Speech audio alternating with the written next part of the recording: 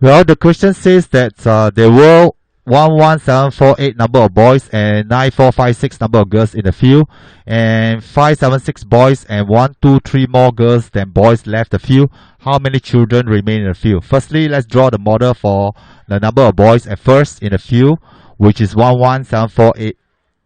11748. All right, number of boys there, and then we were told that 576 boys left.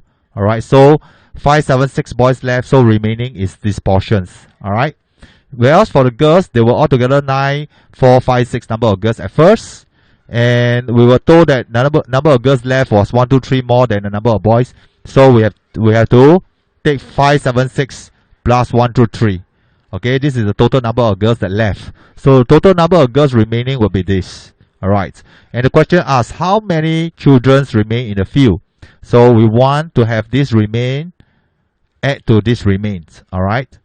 So the number of boys remain would be, firstly, taking total 11748 minus 576. Alright, that will give us 11172.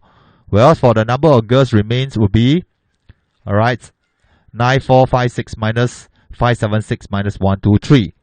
Those girls that were left. Then we'll get 8757.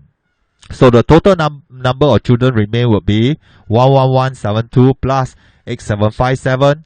And do your sum correctly, you will get 19929. So there were 19929 number of children remain in the field. Thank you for using playmaths.com.